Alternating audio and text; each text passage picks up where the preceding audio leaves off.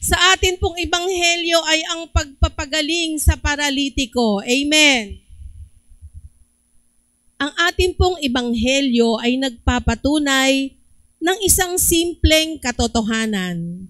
Katotohanan na kasagutan sa lahat ng ating mga pinagdaraanan ay ang ating matinding pananampalataya kay Jesus. Amen. Di po ba?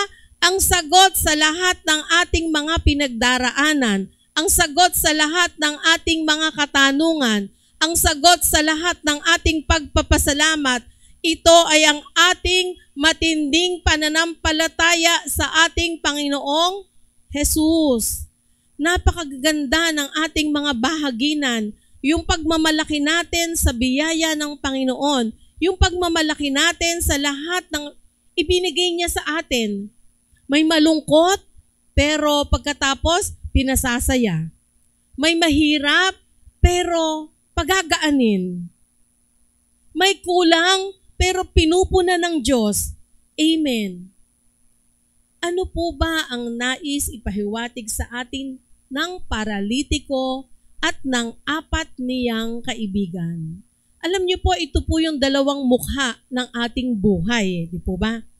Ang kanila pong pananampalataya at paniniwala na kayang pagalingin ni Jesus ang paralitiko kung makalalapit lang sila kay Jesus. Di po ba?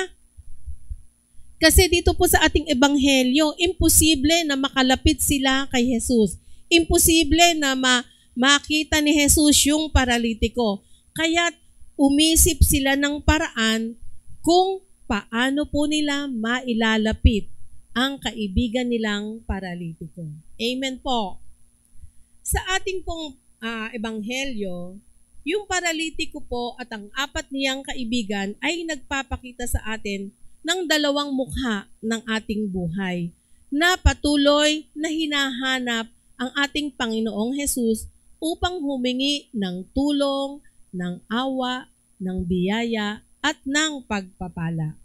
Una po, we are the paralyzed man. Tayo yung mga paralitiko. Di po ba? Tayo yung mga yung paralitiko na binubuhat upang makalapit sa ating Panginoong Jesus.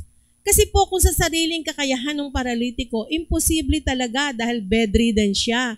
Hindi siya makakatayo, hindi siya makakalapit. Di po ba?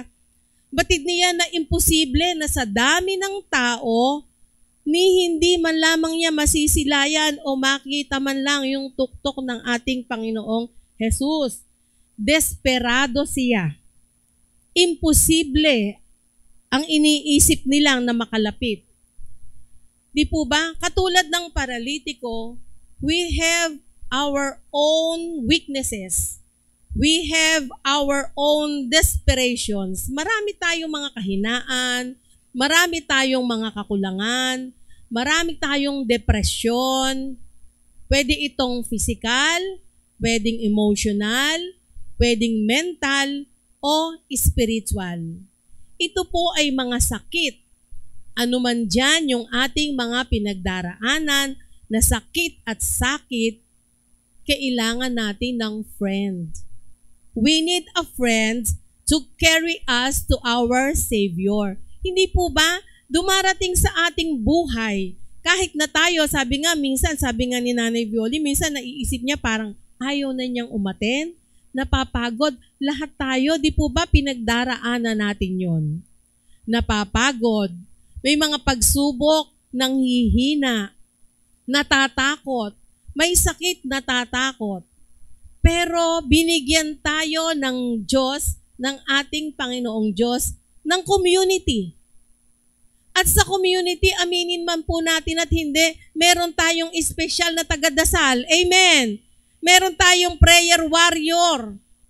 Kaya di ba nagkaroon tayo ng katulong sa pananalangin. Kailangan natin ng kaibigan upang ilapit tayo sa ating Diyos. Sapagkat kung minsan nakakalimot tayo. Kung minsan nanghihinawa na tayo. Kung minsan tinatamad na tayo. Meron tayong mga kahinaan o o iniisip natin na simple na hindi tayo ganun katapang. We are not that strong enough to get to Jesus on our own. Hindi po ba? Bakit po ba tayo napunta dito sa Laughlak? Hindi po ba meron tayong kaibigan na umaya? Meron tayong kaibigan na umakay? Meron tayong kaibigan na isinama tayo dito?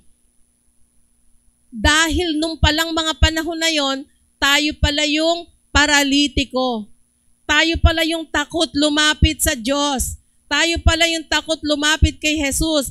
Dahil pakiramdam natin, mahina tayo. Dahil pakiramdam natin, ang dami nating kasalanan. Dahil pakiramdam natin, hindi tayo karapat-dapat. Amen po ba? Pero, merong kaibigan na naghatid sa atin dito. Katulad ko po, inaya kami nung kaibigan ko umattend dito sa Laughlak. Noong umpisa, sabi ko nga, napaka-corny naman, ayokong sumayaw. Hanggang naaya ko yung aking mga kapatid, naaya ko din yung nanay ko, nag-CLSS din sila, uma-attend ng prayer meeting, naaya ko yung mga kaibigan ko, yung mga pamilya ng kaibigan ko, lahat kami napunta sa music ministry. Yung nag-aya po sa amin, wala na po dito. At yun po ang ginamit ng Panginoon. Doon nagsimula ang buhay ko sa Laughlak. Di po ba?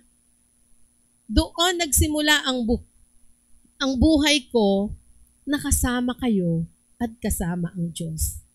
Kasi aminin po natin, kailangan natin ng kasama. Kailangan natin ng, di po ba, pag minsan sa magkakaibigan, parang low moral ka. Uli ka nga, usap tayo. Ipuboost yung moral mo. Hindi pa palalakasin yung loob mo. Mag-uusap kayo, magkakape kayo, kahit kakain lang kayo ng binusa, pagkatapos nun, ang gaan na ng pakiramdam mo. Di po ba? Pagkatapos nun, feeling mo, kaya mo na'y lahat. At after mag-usap, umattend pa kayo ng misa, umattend pa kayo ng prayer meeting. O di ba? Palakpakan nga natin ang Diyos. At ang pangalawa pong mukha ng ating buhay, we are like the friends, the 4 friends of the paralyzed man. Tayo yung 4 na kaibigan nung paralitiko. Sabi nga po, when the going gets tough, the tough gets going. Tiningnan ko, ano ba yung meaning nun? Pagka pala mahirap ang sitwasyon, lumalabas ang katibayan ng loob ng bawat isang tao. Sa mahirap na sitwasyon, doon tayo lumalakas. Sa mahirap na sitwasyon, doon magpaparamdam ang Diyos sa kanyang kalakasan. Sa mahirap na sitwasyon, bibigyan ka ng Diyos ng pag-asa. Sa mahirap na sitwasyon, kayang baguhin ng Diyos, kayang pagaanin, kayang padaliin. Amen. Ang pananampalataya ng 4 na kaibigan ay tunay na malalim. Hindi po ba sila yung gumawa ng paraan? Umakyat sila dun sa bubong. Binakbak nila yung bubong para unti-unti nilang maihulog yung paralitiko. Siguro po kung sa buhay natin, pag nakita natin na gano'n na kadami tao, mawawala na tayo ng pag-asa. Magba-back out na tayo. Sasabihin natin, bukas na lang. Agahan na lang natin para maaga tayong mapunta sa unahan. Di po ba? Ganon tayo sa ating buhay. Nawawalan kagad tayo ng pag-asa. Nawawalan kagad tayo ng paniniwala. Pero yung 4 na kaibigan ng paralitiko, sila ang nagbigay lakas loob dun sa paralitiko na huwag mawala ng pag-asa. Naniniwala sila na mapapagaling ni Jesus ang kanilang kaibigan, kaya't umisip sila ng paraan. Sa atin pong buhay, pag nagkakaroon tayo ng mga pagsubok, hindi ba? Nagkakaroon tayo ng mga kasagutan sa mga pagsubok na yan, pero hindi lamang sa isip natin yon, hindi lamang sa sarili nating kakayahan. Meron tayong tagapagdasal. Minsan lumalapit tayo sa ating mga kaparian, nangungumpisal tayo, sinasabi natin kung ano yung mabigat sa ating kalooban, at di po ba pagkayari nun, magaan ang ating pakiramdam. Amen. Tayo po, pag dumarating tayo sa ganong mabigat na sitwasyon, kailangan lamang po nating magdasal ng taimtim. Magdasal ng taimtim upang lalo tayong mapalapit sa ating Jesus na buhay. Binutas nila ang bubong sa tapat ni Jesus. Tayo po kaya? Kaya ba nating butasin ang ating pananampalataya upang mapalapit tayo sa ating Panginoong Diyos? Kaya ba nating butasin yung ating mga pride? Kaya ba nating butasin yung ating mga kayabangan? Kaya ba nating butasin yung ating mga makasarili? Kaya ba nating butasin yung ating pagiging greedy or yung mapagmataas? Kaya ba nating iwanan yan? Kaya ba nating alisin para tunay nating maramdaman ang pagpapagaling ng ating Panginoon? Alam niyo po, what a great friends yung apat na yon, di po ba? Napakakaibigan. Sana yung mga kaibigan natin ganon. 3 bibe, sana ganon, di ba? Pag merong isang nadadown, itataas talaga nung 3. Ganon din po tayo dito sa community. Pag merong nadadown, itataas. Hindi yung tayo pa yung nagiging sanhi para ma-down lalo yung ating kapwa. Hindi yung tayo pa yung magiging sanhi para tamarin yung ating kapwa. May mga kahinaan po tayo. Sinabi nga ni Brother Jing, pare-pareho tayo, di ba?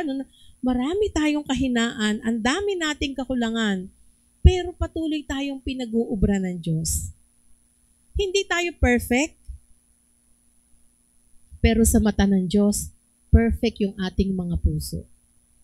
Kasi hindi man natin nakikita ang puso ng bawat isa, ang Diyos ang nakakakita ng ating mga puso. At alam niyo po, pag pinalalim po natin ang ugnayan natin sa isa't isa, alam niyo po, mararamdaman niyo din kung ano yung nararamdaman ng ating kapwa. Yun yung ipinagdarasal ko po. Kasi sa totoo lang, minsan, sumasakit din yung loob ko. Minsan din, nasasaktan ako. Sana, maramdaman nila kung ano yung nararamdaman ko. Ipagdasal po natin yon na sana maramdaman natin yung nararamdaman ng ating kapwa. Kasi minsan makikita natin, masaya siya, maganda yung aura niya, kala natin, wala siyang pinagdaraanan, nung pala, may mahigpit o matindi siyang pinagdaraanan. Diba? Diyos lang ang nakakaalam, diba, sister? Palakpakan natin ang ating Diyos na buhay. At saka po, maging concern tayo talaga sa isa't isa. Hindi sa akin po kung kunyari may nakitang mali sa akin, pwede akong i-correct. Pwedeng sabihin sa akin, oy sister, ganito ka. Oy sister, ganito ka. Para ma-correct. Huwag yung sa likod ko, ang dami na palang nasasabi, wala akong kaalam-alam. Diba? Parang iginisa na natin yung tao, hindi natin alam. Pero ito, ipinakikita sa atin ng ating ebanghelyo, parisa natin yung 4 na kaibigan ng paralitiko na nararamdaman nilang 4 yung pangangailangan ng paralitiko na mapagaling. Kaya gumawa sila ng paraan. Nawa, tayo rin ay gumawa ng paraan. Kung ang ating kapwa ay mayroong mga pinagdaraanan, kung ang ating kapwa ay may pangangailangan. Amen. Hindi sila sumuko. Nawa, gayon tayong lahat. Hindi natin susukuan ang isa't isa. Amen po ba? Palakpakan nga natin ang ating Diyos na buhay. Minsan, our loved ones, our friends are weak and we need to carry them to Jesus. As much as we want to fix whatever is hurting them, ano man yung nakakasakit sa kanila, the best thing we can do is to point them to Jesus so that He can heal their pain. Nakakaranas din po tayo ng matitinding pagsubok. At nasa sa isip po ba natin, paano kaya gagaan ang aking pakiramdam? At paano ako lalapit kay Jesus? Ang katotohanan, hindi tayo laging malakas. Minsan mahina din po tayo. pero okay lang po yun. Diba? Sabi nga po, it's okay not to be okay. Okay lang na hindi maging okay. Di po ba? Because sinabi ni Jesus, my grace is sufficient for you. My strength is made perfect in your weakness. Sa 2 Corinthians chapter 12 verse 9. We should be willing to accept that God can use each and every one of us even in our weaknesses. Gagamitin tayo ng Panginoon sa ating kahinaan, sa ating mga kakulangan, katulad ng ginagawa sa atin ngayon. Maaari po nating tularan ang tibay at lalim ng pananampalataya ng paralitiko at ng 4 niyang kaibigan. Ialay natin lahat kay Jesus ang lahat ng ating mga sakit, at hayaan natin siyang hilumin tayo. Makikita natin na ang biyaya ng Diyos ay enough na.